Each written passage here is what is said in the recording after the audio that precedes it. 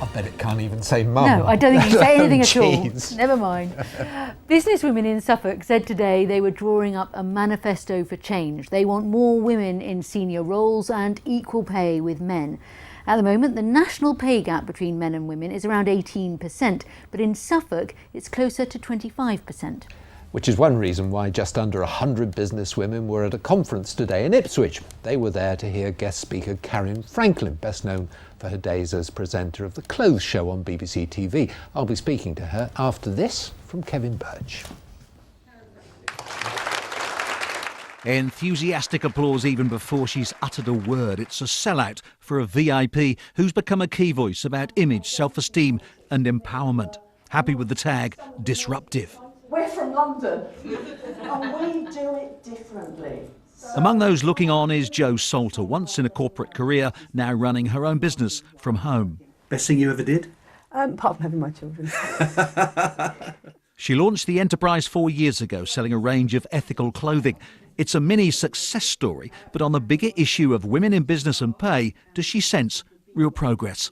I think the fact that it's being taken so seriously is a fantastic moment, and hopefully it will carry on into the future, and the next generation of women will feel empowered just to go out and be who they are and not have to worry about justifying what they're doing.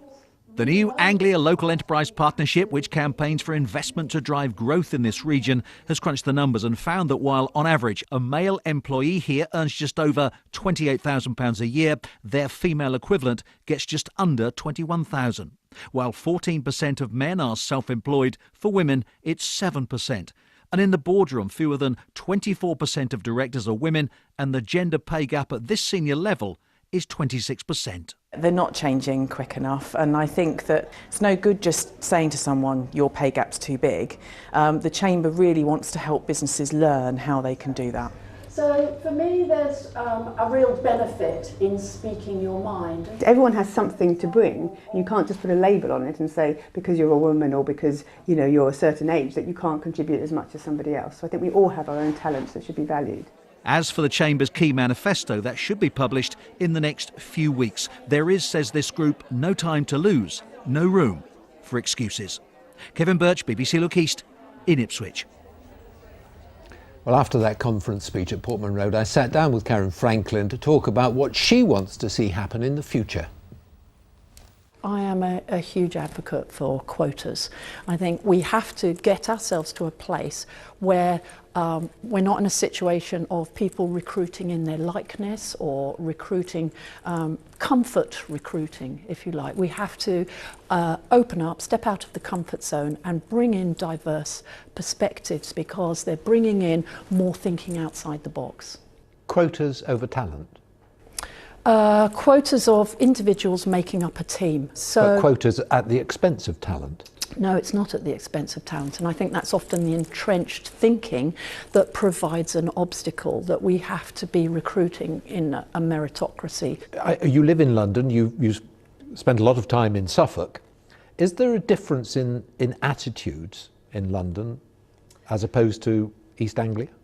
There's definitely a difference in attitudes just because of the environment and the surroundings that Londoners are in. At any one point, you can hear a huge variety of languages, engage visually with people on a very wide spectrum of appearance in terms of racial diversity or faith, culture, and that educates you to be much more open to difference. I think if you're a Londoner, you have normalised difference. I've just been speaking to some of the people who heard you speak today, and to a woman, they were all very impressed. But actually, you're preaching to the converted. What you need is a room full of men, don't you? I'm empowering women with the tools that I've learned over the years to help them take things forward. When we come up against obstacles, it's hard to stay resilient. It's hard to feel that after years of coming up against the same obstacle, pay gap, childcare issues, that you're ever going to see any change. So what I was bringing today was a little bit of what I've learned and the tricks from my trade to give to them to hopefully use to implement change. And how much do you think that the new technologies are helping women to change the workforce? New technologies are helping us all on many levels. We can very quickly link up and exchange experience, and a brilliant example of that was the tipping point around Harvey Weinstein and sexual predators. You know, it was like a waterfall as people began to agree that this wasn't a practice that should be tolerated in any business environment or any environment at all. When do you think we'll ever get to the point where we're just people? We're not women, we're not men, we're just people.